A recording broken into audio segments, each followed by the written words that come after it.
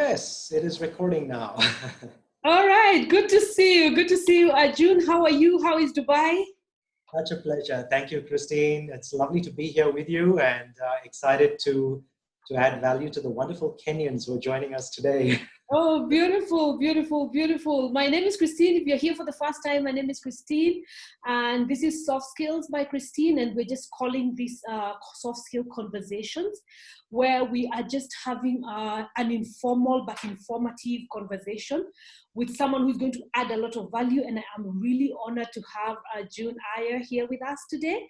I hope I got your name correctly. I'm not very sure how that's pronounced. I met Arjun a few years ago in Dubai. We were both facilitating the same conference, and we have been all in touch and out of touch ever since then. And now with this new reality, we are reconnecting online. And Arjun, it's very nice to have you. So briefly, I'm not going to go through your whole profile. You're a very accomplished person. But briefly, Arjun is an MBA from Board University. He's a finance professional. So background-wise, he came from being a banker and went into entrepreneurship. He now runs a company called Step Up, and I love the name of your company. And like I said, we met in the area of training and facilitation. So Arjun, it's very, very good to have you. And I think just to break the ice, maybe you just tell us a little about yourself. In your own words, who is Arjun? Yes, thank you so much, Christine, for that warm and wonderful introduction. Well, I come from the city of Mumbai in India. That's where I grew up.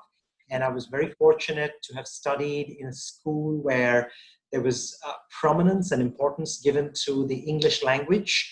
And so we were taught to speak correctly with the right diction and vocabulary and all of that, much of which came in very handy to me in the later years of my life.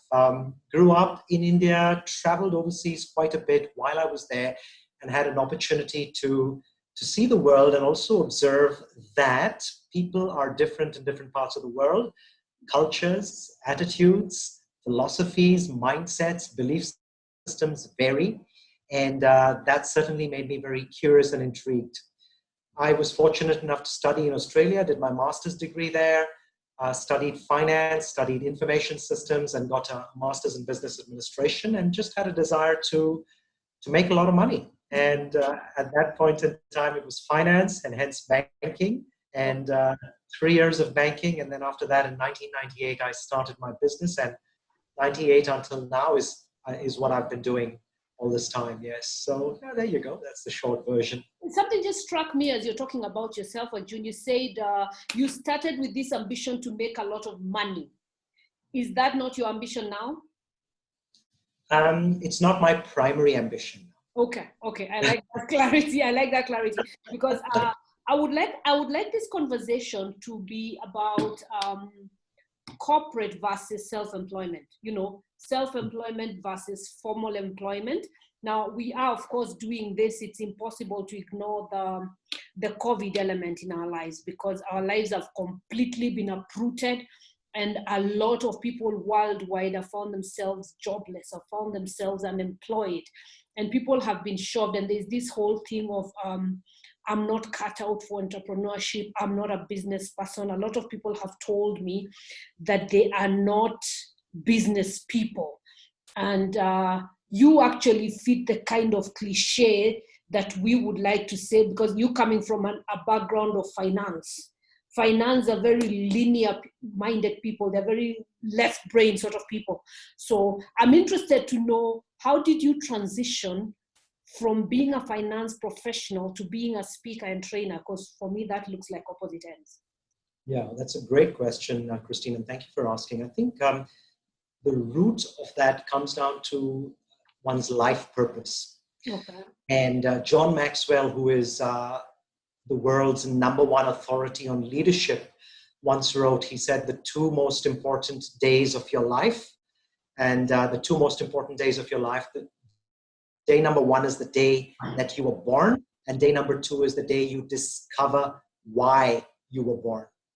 And for me, I had my day #2 in Brisbane, Australia in 1994, when I saw Tom Peters, who is a quality management guru, speaking on stage. And when I heard him, it was like every cell in my body came alive. It was probably the second time in my life when I felt alive. There was once when I was 13 years old, when I was doing martial arts, and then, of course, much later on in life in Australia. And I realized that this is something that I want to do, that I seek to do, that I desire to do. And then that was the awakening. Business later on just became the tool to enable me to fulfill that life purpose. And so I do not insist that a person must go into business in order to fulfill their dreams or their life purpose, but it can be a tool. And I coach people who are in employment, who have fears about business, by helping them overcome inhibitions and misconceptions that exist around business, and kind of helping them kind of grow from there. So that's how the journey has been for me. And when you say finance left brain and training right brain, and perhaps that was true of the past, albeit in today's corporate context, it doesn't matter what profession you are in, you must have a left and a right brain, because you have to work with products and you have to work with people. Okay, that makes sense. That makes a lot of sense. I love that you mentioned your martial arts. I was very intrigued when I first heard. I was reading your profile, and you're a black belt karate. Is that what you are? Yes, that's right. How did you get there, and what's the benefit of that? Oh, goodness gracious. So when I was in school, I was skinny, I was lanky, I was unhealthy. I would fall sick on a regular basis. I was just a physically weak child. That's just how it was.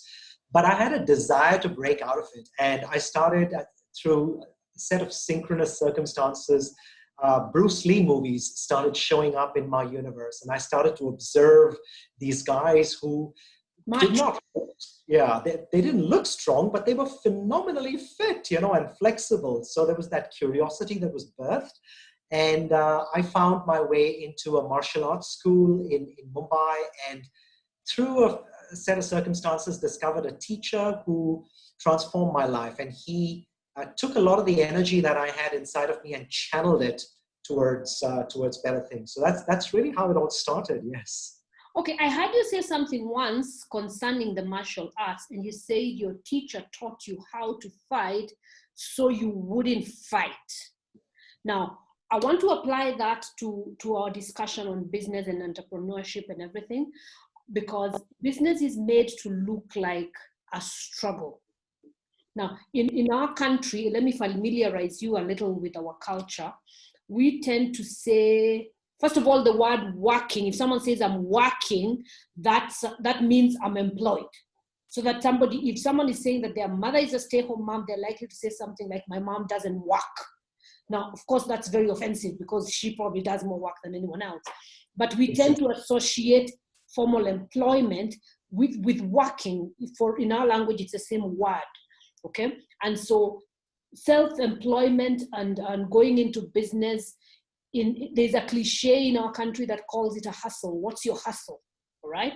There's even a more degrading term called juakali, which means an artisan and an informal employee, informal, the artisans, the people who work on the roadside. So that then if someone is leaving their job, they will say, I'm going into juakali. In other words, it's almost like a step down to go into business. Now, what would you say about that? I want you to come from the place of you are trained to fight so that you wouldn't fight. Yeah. Wow, you really know how to frame your questions, Christine. Yeah, absolutely. Open your brain in a very short while because you have so much content. Really yes. So my teacher, Basil, taught me many years ago, he said, life's greatest battles are fought in the 6 inches between your ears. Okay. And he said, right there, this is the 6 inches between your ears. That's where your battles are fought. Okay. And he said, if you can win this battle on a daily basis, there will be peace on the outside. And he said, soon enough, once you start winning these battles, you'll have peace on the inside. That gives you peace on the outside. Okay. Business does not have to be drudgery. Business can be pleasure. Business can be fun. Business can be mission. Business can be service. Business can be contribution. And from a heart level, that is when business fulfills you and helps you to fulfill the lives of many others. There are many misconceptions about business owners and people who own a business. In fact, when I considered starting a business, many of the examples of business owners who I had met were horrible people. They just misappropriated money, cheated taxes, and had terrible health, and had a pathetic personal life. But when I met Basil, everything changed. Here I saw a man who was financially successful and relationally successful and health-wise successful. And initially, the concept was very foreign to me. It challenged a belief system within me. And through him, I met many other entrepreneurs who are in the same cadre, who have success in every area of their life, not just money, but also relationships and health and contribution and society and all of those areas. And there's something called a wheel of life, where you can have balance in your physical, mental, spiritual, career, social, relational areas. And that is holistic success. To me, that's what cleared the blocks with regard to business. And after a few false starts, I got going, and things kind of fell into place. And fortunately, I had a foundation, and I was able to observe fundamental things that balanced business owners do versus imbalanced business owners. And, following that format, here I am 22 years later. Oh, wow. Okay. I like that you've been in business 22 years, and that you've made this much success, and you learned from your mentor and all of that.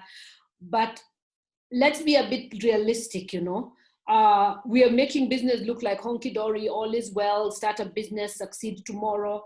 But people do lose money. People do lose all their savings. People do find themselves almost destitute. Right now, a few months ago, I had a salary coming in every month. You're asking me to jump into something I've never done in my life. And any experience I've had, anything I have tried to put my money in, I've lost money. How would you address that? See, here's the foundational principle. To have something you've never had before, you've got to do something you've never done before. Lovely. I like that. Okay? And to do something you've never done before, you've got to be someone you've never been before. Okay. You have to say that again. Okay. To have something I've never had before. You've got to do something you've never done before. All right. So I'll have to jump. Now, okay. Before you jump, let's go a little deeper into it. Okay. To do something you've never done before, you have to be someone you've never been before. Okay. So here's the thing. Let's break that down a little. Yeah, we'll break that down. All right. So we're going to look at 3 steps, and we're going to work backwards, and then I'll add the 4th step right at the bottom. So we'll start at the top and work our way. So from the leaf to the root. All right. Okay. Yeah. So tooth to tail kind of thing. So here's the have. The have is I want, I desire. That's the have. That's the have. So I want to have more money. I want to have more freedom. I want to have more time. I want to have more travel, have more education, and so on and so forth. All the material benefits. Maybe you want to have more connection with God. You want to have better health. You want to have the opportunity to add value to more people. These are all the haves. Okay. You want to have more, you've got to do more or do different. So there's the do, which is the strategy, the action, the steps, the processes, the things you've never done. So if you want to have new things, you've got to do new things. Okay. Right? And people say, okay, I want to have like a red Ferrari, and therefore I want to do business. And then they fail because they don't go one level deeper. If before you start doing these new things, you've got to start being a new person. Okay. Right? So now in sports, they have this aphorism. They say, rather than have an excellent game, have game excellence. Wow. Instead of an excellent game, I have a game excellence. Please break that down for me. Yeah, absolutely. So an excellent game is, today the stars were in your favor. You played a fabulous game of tennis. In a business metaphor, that's an excellent game. Yeah, that's an excellent game. Or you met somebody who really wants to buy your product or service, and you charmed him, and he or she and you guys really and connected. You made a good sale, yes. And you made a sale, boom.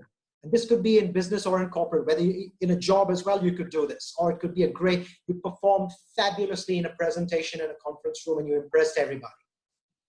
That's the one-time wonder. Okay. We all have that, right? That comes to all of us. At some point in time, we have that magnificent, you just happen to be in the flow. You just happen to be at the right time, at the right place, and boom, it just works out. That's an excellent game. But now doing that consistently is game excellence. Okay. Which means if I wake you up at 3 in the morning and I put you in front of the customer, is it so deeply programmed into your subconscious mind that you know what to say, you know how to behave, you are a good listener, you position your body language, your tonality and your attitude and your ability to deal with criticism in that moment spontaneously, because you've practiced it so much, it now has become second nature to you. And in martial arts, we were taught that when your hands and legs move even before you think, that is when you're a good martial artist, which means now you've programmed your body to respond to that situation at that point in time. And that's the B. And in order to develop the B, you've got to be that every single day. And that's the habit that you form.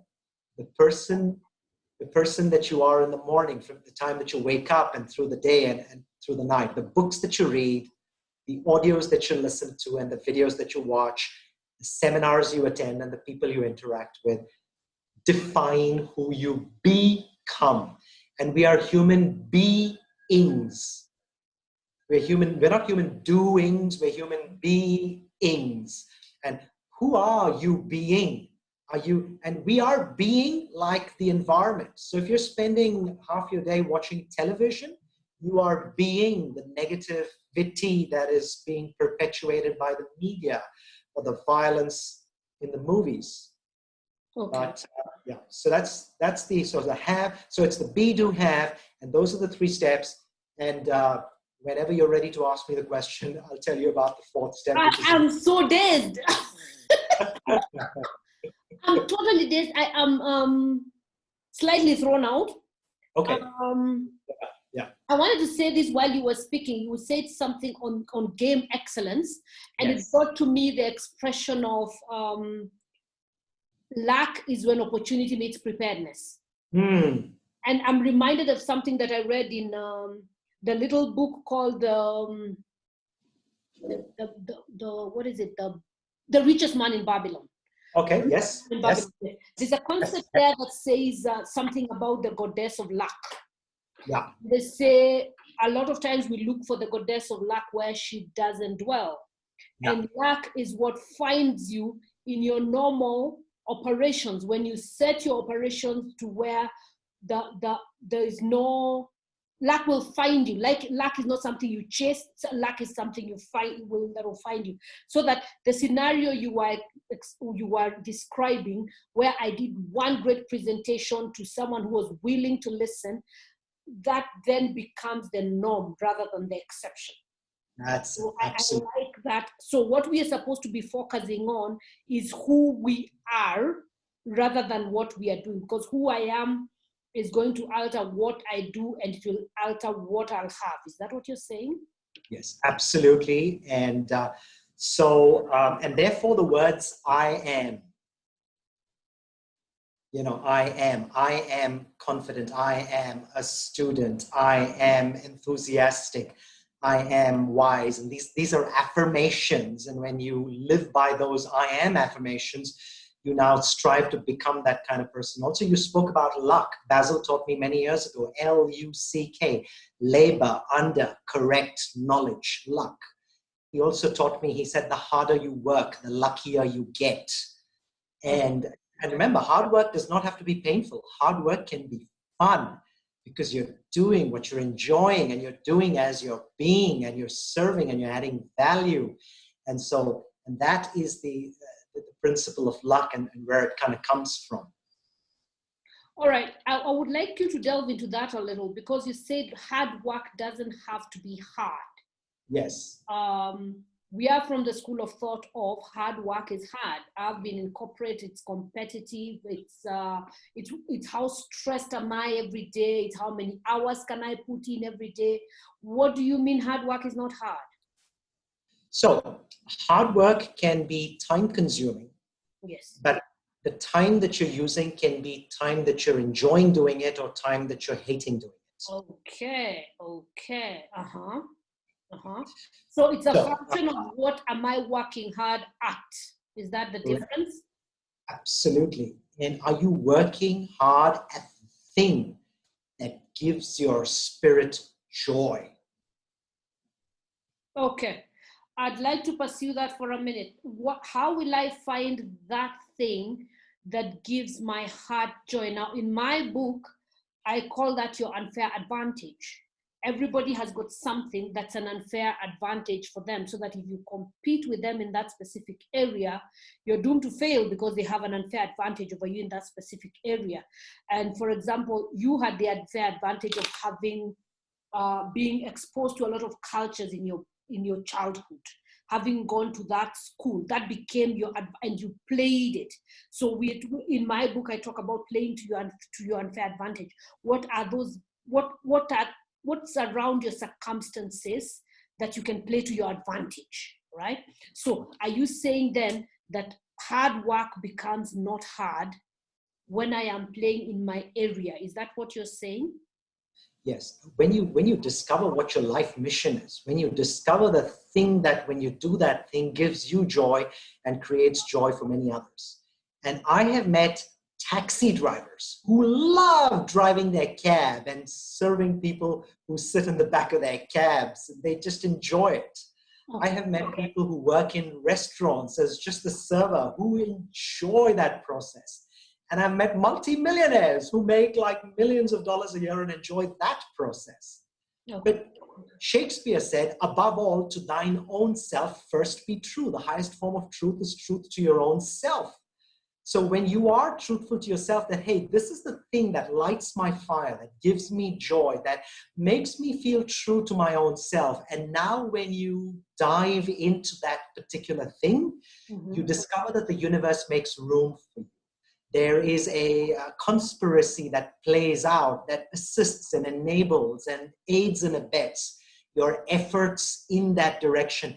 And you can do that even with a job. So you can have a full-time job that pays your bills and takes care of your children. Because if you do have those obligations, that is something you must do. But you can also invest time in fostering and stoking and developing that passion and purpose inside of you and expand that. And when you do that long enough, soon enough, you will find a way to make money here and substitute that. And that's when you live a wholesome life, purposeful life. Okay, let's back up a little. Let's get completely simple, Arjun. I've just lost my income. I don't know what my passion is. I've been at this job forever. How do I find this purpose and passion? Okay, great. So step number one, we've got to make sure you can pay your bills. Okay, yes. Yeah. That's basic. That's basic. Difficult to sit and dream and purpose and talk big words like that. But when the lights are turned out, then I can barely breathe. Yes. That's right. That's right. It's tough to find your purpose with the lights turned out and the air conditioning. You know, and there's no food in the fridge. So what will I do with my children? That's it. Absolutely. Absolutely. So therefore, you have a responsibility to get on your feet again. Yes. Fast. Immediately, right? Yes. Yeah. And I like the word fast because it's like now, action, immediately. So let me give you a quick story. A friend of mine, right? A human resource manager here in Dubai, 2013. Doing reasonably well, loses her job. Bang. No fault of hers. Company goes bust. Stuff happens. Now she's out and about. She's here in Dubai. She has 30 days to leave the country. All right, because the visa expires and boom, she's out of there. So now she's at the fork in the road. Do I go back to my home country or do I really try and get something going here? She makes this decision. She says, I want to find a job. Difficult market, challenging situation. I know many other people in her industry struggling really hard to even get interviews. Here's what she did. She said, I'm going to get conservative with my expenses. She said, I'm not going to go out with my friends. Even if I do, I will eat at home and then I will join them so that I don't eat with them, that I don't have to pay. So wonderful ideas, and I loved it. And in Dubai, we have you have a 5-day week, Monday to Friday. We have a 5-day week, Sunday to Thursday. Yes. So she'd get up on Sunday morning, and from sunrise to sunset, she set a goal. And her goal was, she says, before the sun sets, she said 110. She said, I'm going to make a minimum of 100 calls, and I'm going to speak to a minimum of 10 potential candidates who could potentially hire me. And she said, the sun will not set on Sunday evening until I achieve my 110 goal. Now she's using a landline. I don't know how it is in Kenya. In Dubai, landline to landline calls are free. So once again, she's not spending money. That's what she did. Sunday to Thursday, 5 days a week. That's 500 calls and 50 people who she spoke to. And sometimes if the 100 calls did not get her 10 people, she would make more than the 100 calls in order to. But her goal was, I will not end the day until I've spoken to 10 potentials. And I don't care if all 10 said no to me. So at the end of the first week, she had done 500 calls, spoken to 50 people, and had 50 rejections in 5 days. Now on weekends, she would watch comedy and anything on YouTube that was funny and uplifting. And she would go for a walk in the park. Spirit. Yes, lift her spirit up. So that's 550. Week 2, 1,000 calls, 100 conversations, 0 interviews. So that's 100 rejections. Week 3, now that's 1,500. By the middle of week 3, she got 1 call for 1 interview. And so she went for the interview. By now, she had spoken to over 1,000 people. And made over 1,000 calls, spoken to approximately 150 people, got 1 interview call, and they said, we'll get back to you. It's positive, but we need some time. And she continued doing that on week 4 when she was... Right now, she was about a week to leave the country. That's it, absolutely. Week 4, she had no callbacks. She was at the airport on her way flying out. And the company that she interviewed for sent her an offer. At the airport. At the airport. And another call which she had made in week number 4, called her and said, you're a perfect fit. Can we just do a telephonic interview? It's a formality. We want to have you done. By the time she'd reached her home country, she had 2 offers in hand. And 2 companies willing to sponsor her visa, bring her right back to Dubai. That was 2013. We're in 2020. Today, she's in Dubai. She's married. She has a lovely husband. I think they have their first child, and she's doing really, really well. I'm like, wow, that is a woman. I'm like, wow. Whoa. Now where was the secret? What was the secret? She didn't do something exceptional. She didn't have fabulous communication skills or amazing software skills. It was just grit and determination. She said, I will until. Basil taught me many years ago, he said 10 words, 20 letters. 10 words, 20 letters. If it is to be. I'm writing down, I will until. I will until. If it is to be, it is up to me. 10 words, 20 letters. If it is to be, it is up to me.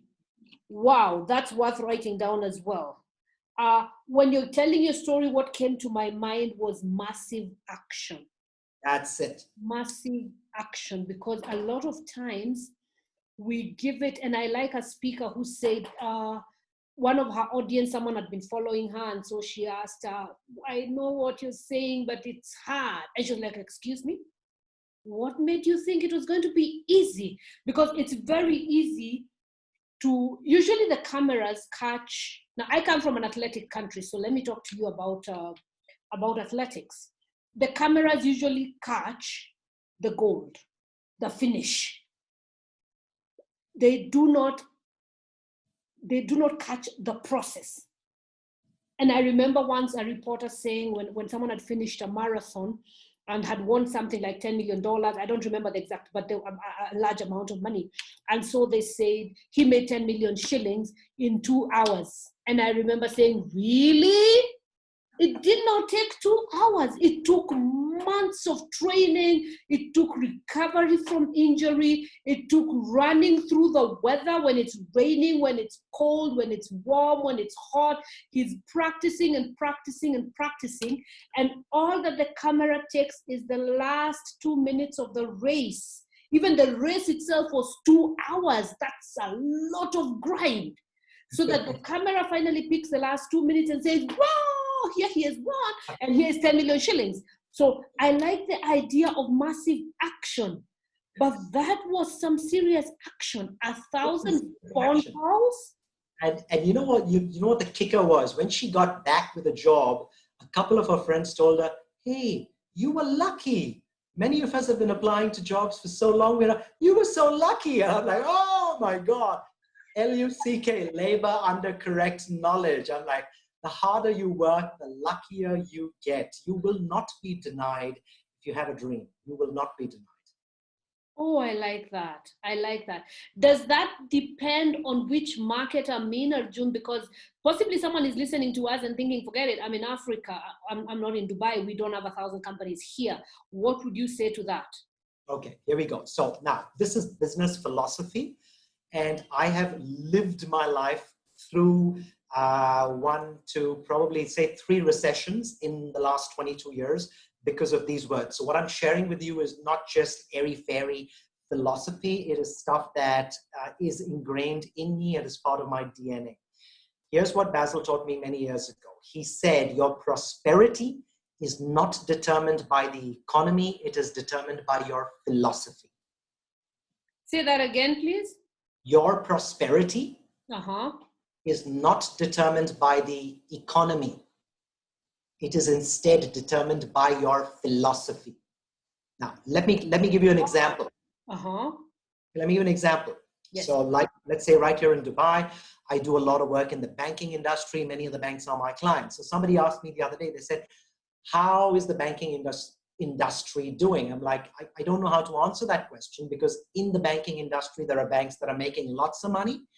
And in the banking industry, there are banks that are doing okay. And in the banking industry, there are banks that are doing terrible.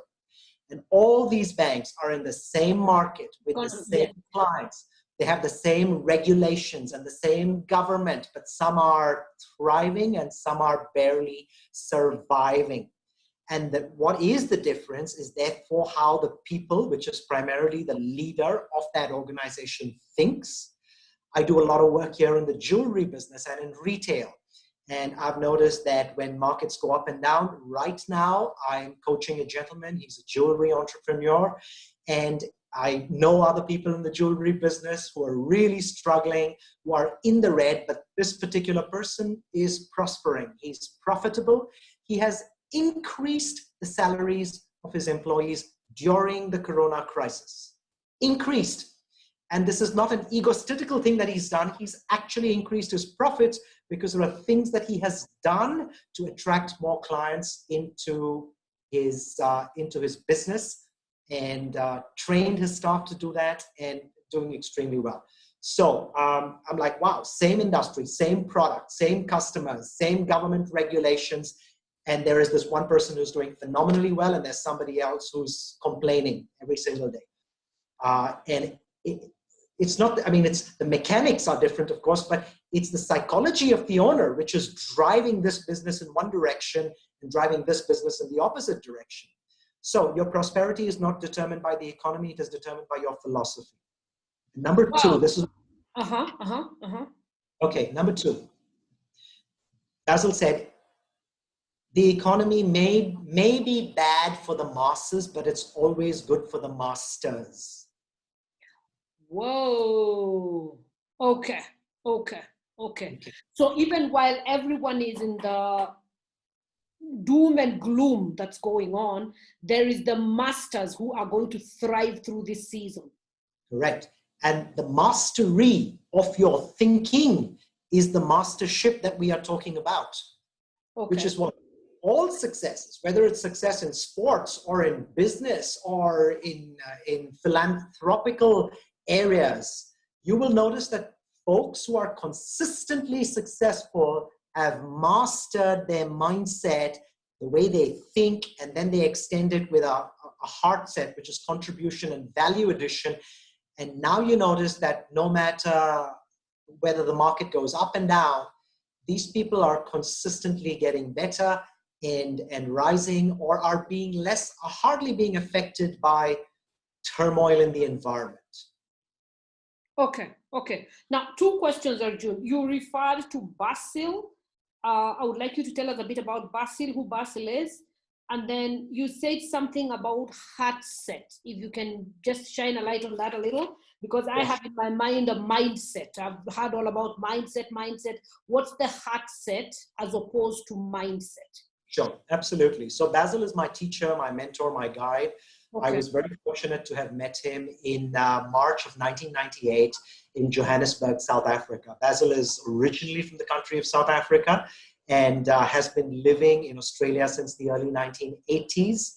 And Basil grew up in a middle-class household, had a dream, a desire. His dream was to make money, become a millionaire. Qualified as a chartered accountant, worked really hard, set up a clothing factory in South Africa as an entrepreneur, became rich and successful. And then in the early 1980s, South Africa had the apartheid challenge, which all our friends from the African continent are all too familiar with. That was the darkest chapter in South Africa's history. Very challenging time. Basil, because he's a white man, his life was under threat, and he, his wife, his kids were threatened by the elements around, decided to migrate to Australia. And with his wife and kids, remember, he was a millionaire by then. And the government of South Africa said, yep, you can go. Yep, your wife can go. Yep, your kids can go.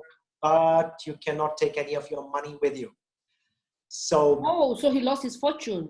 Yes. Remember, he had worked hard from zero to hero. He had worked hard to become a millionaire. He had to leave everything behind and arrive in a foreign country where he barely... His property was nationalized. What happened? He lost, Yes, so they put capital restrictions for taking money outside the country. It was a crisis kind of situation in South Africa at the time. You could not move capital out of South Africa en masse. Okay. And so therefore he had to leave his fortune, his hard-earned fortune, behind in his own country and arrive in a brand new land for the safety of his family. And then 3 years after arriving in Australia, he was a millionaire again from zero. He started from scratch. And he taught me many years ago, he said, no matter how many times life takes your fortune away from you, if you learn to think correctly, you will always earn it back. So he said, if you take all the money away from all the millionaires and billionaires in the world and you distribute it evenly among the population of the world, he said in less than 5 years, the millionaires and billionaires will earn that money back. And the people who had less or no money will once again find themselves in places of poverty, because having money or not having money is largely on account of your thinking and your mindset, and less to do with many other factors that are there out there. So that's Basil. That was the philosophy that he inculcated in me. He lost everything and he got it back, and he taught me how to think in certain ways. I've now taken that thinking over 22 years and helped other entrepreneurs, corporate business people, or even housewives and students who really want to enhance their life condition. And that was that. And you had a second question. Yes, I had that's very, very fascinating. I've had that, that if you gave all the money, I've had that whole principle of if you distributed all the world's wealth to him, and so the rich will go back to the palace and the slum guys will go back to the slum. I've had that. But now you're clarifying that that's a function of how I think. That's a function of how I think. And so my next question was, what's the difference between heart set and mindset? There you go. So on your journey, on your evolution to success, we start out with a dream, a desire, and the dream or desire is more, to acquire more prowess, power, position, money, prosperity, if you want to call it that. And that's good. It's actually very healthy to want more, because you cannot give more unless you have more. You cannot give what you do not have. Now, think about it this way. Let's say you're flying in an aircraft and you're 30,000 feet in the air and there is a drop in cabin pressure. And before takeoff, they demonstrate. Nowadays, they show you a video. And we don't listen, do we?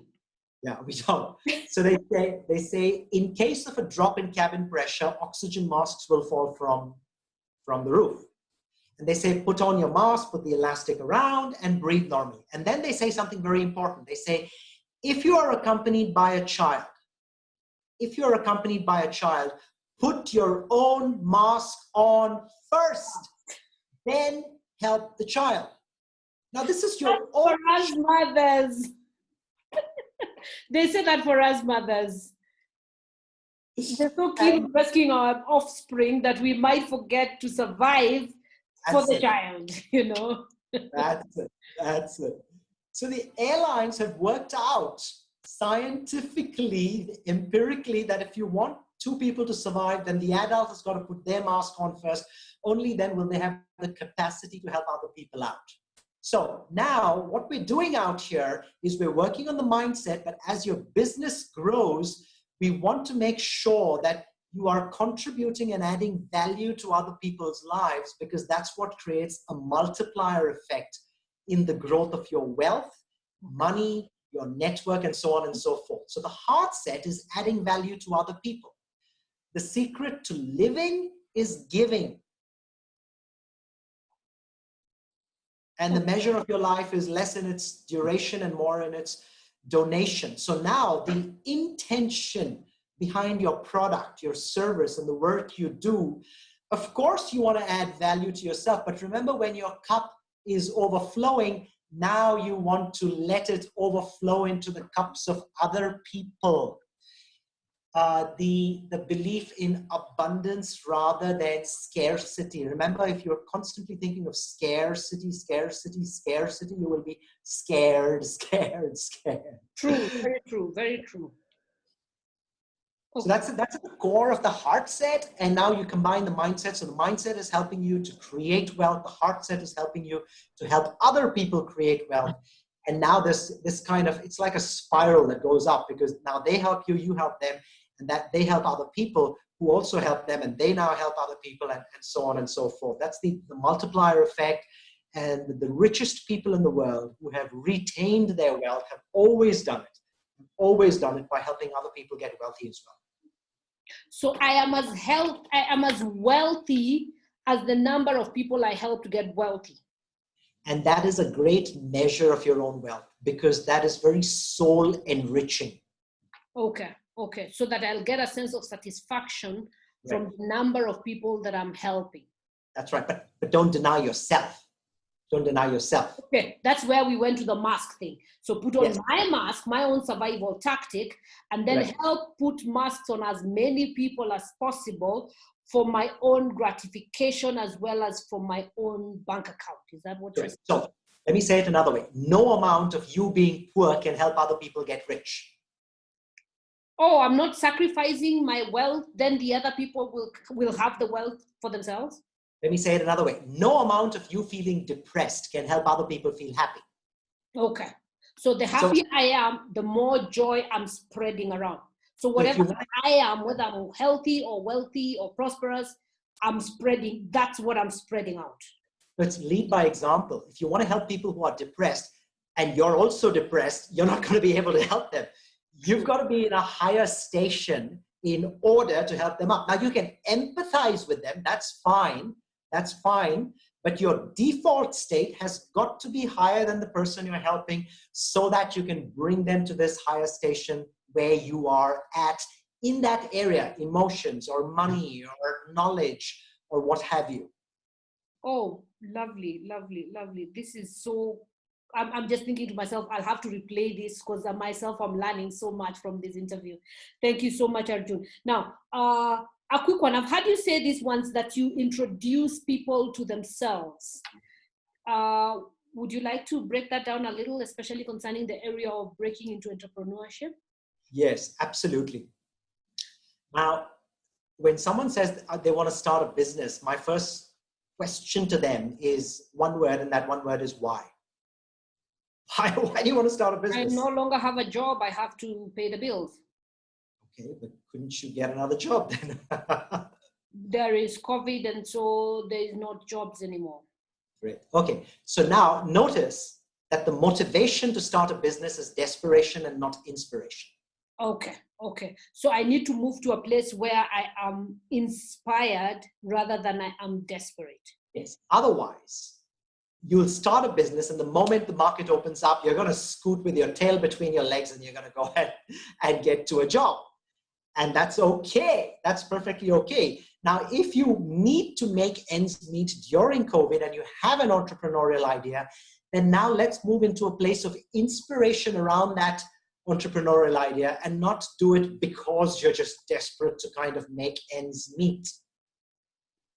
Do you understand that? Because now the energy of desperation in that business will attract customers to you that are desperate, will attract more of that, like begets like, birds of a feather flock together, your vibe attracts your tribe. As you are, so shall you receive. And so you want to make sure. So I'm very conscious about the person observing the motivation and the intent behind what they want to do rather than what they say they want to do. Okay. And that is the introduction to oneself. And I worked with a lady very recently, and exactly the same situation. Oh, I want to do this consultancy thing, and why? Because I don't have a job, etc. And it was on a phone call, and I said, listen, I'm sure you worked for 16 years. I'll bet you've saved money. She said, absolutely. What is the purpose of saving money? Oh, we save it for a rainy day. I'm like, yeah, it's raining now. It's raining now. So all this money that you've accumulated, you can, if you look at your finances, pull out some of your savings and make do. And COVID is not a permanent situation. COVID is a season that's here for a reason. That's it. Just like summer follows winter and winter follows summer. We have 2 seasons in the UAE, unlike 4 seasons in most other countries. But, God does not make a storm that lasts forever. This too shall pass. Shall pass, yes. So when it does pass, you get through it. But now you're here, you need money. Most of us professionals have money saved up for this period of time. Let's use it. There are also other people who would willingly lend you a small quantum of money for a short period of time. Use that, and in this time, grow yourself so that you are prepared for when the market opens up, and now you start doing something. You emerge a better person, not a bitter person at the end of this journey. And that's how it is. But of course, if you have a business idea, get going. I'm talking about getting deep into your heart and observing your motivations, your intent. What is the driving force behind this thing that you say you want to do? What's causing you to say you want to do this? That's the discovery process. Now, I've had this said all over, is business for everyone? Is business for everyone? That's a great question. And I found that the honest answer to that is no. There's people who are simply not going to make entrepreneurs and business people. Is that what you're saying? I'm just saying that there are some people who will not be happy being entrepreneurs. Okay. Everybody who will not we all have the ability, but I'd rather work as the core being your joy and your peace of mind, you living in a state of excitement, joy, peace, happiness, elation, and so forth. And this is the only life you get, right? I'm sorry? Because this is the only life you get, you might as well be happy in it, right?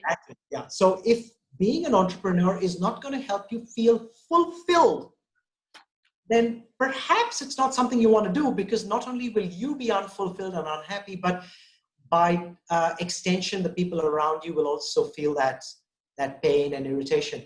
And so when someone says, I want to be a businessman, businesswoman, I want to own a business, one of the other questions I ask them is, who taught you to think this way? Okay, a very good question. A very, very good question. Yeah. Are you just merely mirroring the memes that have been imposed upon you by society, family, media, and so forth? Or is it what you really want? Okay. Okay. Let's discover that. Let's find that out. And maybe you want to do a business and fail in business or do just terribly bad in order for you to realize that business is not something you want to do. And that's also okay. Almost to tick a box. Yeah, that's also okay, because it's like a bucket list. In fact, it's great. That failure will teach you a lot of lessons, not only about business, but also about yourself. Where you say, hang on a second, this is not who I am. I am this kind of person who could be a consultant or a professional or, play a role in an organization and so forth. And with business too, there are many business models. Sometimes we think that business has to be, high risk, high return. No, I've challenged that. In 22 years, I've challenged that high risk, high return. My business is low risk, high return. Oh, that is my business model. Feel free to copy me. Wow. You are such a great resource, and our time has flown by. Arjun, we obviously have to do this again. I have no idea what has happened. I thought we'd do this for a short while. We are almost an hour in, and I would like us to conclude. And I want a conclusion to be very, very practical. And I like to leave every meeting with a to-do list. I would like you to give me 3 things that I could do to get myself out of the fear and panic and hopelessness and overwhelm that I am feeling based on all that's going around me. I'm very sure our audience can relate with that. Yeah. What are 3 practical things you would ask somebody to do who feels any of those things? Could I cheat a bit and give you 4? Even better. Even better. Fantastic. I did a video recently. I'll send you the link. It's a short 2-minute, 45-second video where I talk about these 4 points. Yeah, and all these 4 things begin with the letter B. Okay, all and right? They're on your YouTube channel, is that it? Yes, so on my YouTube channel, the same channel where you would have seen my talk on lessons from a microorganism. If you saw that one, did you see the one, The Eye of the Storm? So in and among that, it's put up, it says, it's called the 4 Bs. I think what I'll do is I'll put a link down here. Below this, I will put a link to Arjun's channel so that you can find the specific videos he's referring to. Yes. Yes. So let's have the 4 to do. Okay, so the first B is begin. Begin. Okay. Begin to dream again. Okay, all right. Get a sheet of paper, get a pen, get a colored pen, get a whole bunch of colored pens and write down your dreams. Just write down the dreams. Yes. Write down your dreams. Draw pictures of your dreams. Doesn't matter, should I use a black pen, a red pen, a yellow paper? It doesn't matter. Just start, move. You cannot steer a parked car. It doesn't matter. Wow, I love that. You cannot steer a parked car. Yes. Okay, all right, all right. Start moving. Don't trust your emotion if you're not in motion. Okay, you have a way with words, Arjun. I like that a lot. I have good teachers. Thank you. They've taught me these things. Okay. So begin, start. And if you'd like to involve your family, for those of you who are with your family, get your kids involved. The moment you get your kids into a dream creation process, they will go miles ahead of you, especially the younger ones, because they have no limit thinking. And they will hold you accountable. Mom, you said we were going. Mom, you said we were going to do. And they're actually good for you fulfilling what you have said you're going to do. Yes. They'll hold you accountable. Yes, they do. They definitely are unrelentless. They're completely unrelentless. Call you out. Begin. All right. So now there's many things in begin, but let's just stay with one idea. Just the one idea. Begin dreaming again. And the best way to dream is pen and paper, colored pens, and just let that emotion rouse up inside of you. The second B is beware. Okay. Beware. All right. And there's 3 things that I'm going to ask our viewers to beware of. Mm-hmm. Number 1, beware of sugar. Oh. Uh-huh. Right? Sitting at home, doing nothing, quarantine time, we head toward the dessert counter in our refrigerator, ice cream. Ingesting a lot, yes. Yes, absolutely. It's called compulsive consumption. Sugar is addictive. Mm-hmm. Sugar is harmful to our body. You know this already. And when we consume copious amounts of it, your brain slows down, your blood pressure rises. And there's horrible things that happen in our biochemistry. Your IQ actually reduces as you consume more and more sugar. It destroys brain cells, so beware of sugar. Number two, beware of screen time. It's addictive, staring at the screen. When you're looking at the screen like this, so a couple of ideas here. Use a blue light filter in order to mitigate the harmful effect of the screen, whether it's on your computer. You can buy one from Amazon.com. Most smartphones have a setting for a blue light screen that you put it on, etc. Staring at the screen for inordinately long amounts of time also damage your brain, cause your brain to excrete dopamine. Dopamine is the same chemical that is created by the brain when we snort cocaine. That's the same chemical, so beware. Take breaks from the screen time. After an hour and a half or so, look out of the window, look at nature. If you guys are in Kenya, one of the most beautiful countries, full of nature, greenery, trees. If you have the opportunity to walk out barefoot, we can't do as much of that in Dubai as you can do it in Africa. Do it, connect with nature, then come back to the screen. If you don't need to be on the screen, get off the screen. And the third thing to beware of is self-pity. Self-pity. Sugar, screen time, self-pity, SSS. And every time you indulge in self-pity and you feel self-pity coming on to you, move, exercise, stretch, or just take 3 deep breaths. And when you take 3 deep breaths, and again, breathe in the fresh oxygen that is so abundantly available in your country and on your continent, you will find that when you change your physiology, you change your psychology. True. Just a change of the physiology now, the self-pity goes away. So number 1 is begin. Number 2 is beware. And under beware of sugar, beware of screen time, beware of self-pity. And the third thing is to believe. Believe that the world will get better. Believe that this is a storm that shall pass. Believe that this is a season and it's here for a reason. Believe that you, that me, that we will be better, not bitter, as a result of it. And have that belief. You can call it faith if you want, and that's okay too, because we as humanity have had the First World War and the Second World War. We've had horrible times, and we've become better for it. So believe. And number 4 is become. Become a better person. Okay. Become kinder, become more compassionate. Today, call someone who is worse off than you and make it your mission to make them feel better. Mother Teresa was interviewed on KTR radio in Phoenix, Arizona once, and by a guy called Pat McMahon. And Pat McMahon was interviewing Mother Teresa. And, he was talking to her and and he said, Mother Teresa, you're so amazing. Tell me one thing. What can I do? What can I do for you? Just tell me what to do. I'm ready. Would you like some money? She said, no, I don't need anything. And he kept insisting. And she said, sure, there's one thing you can do, Pat. Tomorrow morning, I'd like you to get up at 5 a.m. and I'd like you to go out onto the streets of Phoenix in Arizona. And I'd like you to find somebody on the streets, living on the streets in Phoenix there. And I'd like you to find someone on the streets who believes that he is alone and convince him that he is not. Become a better person.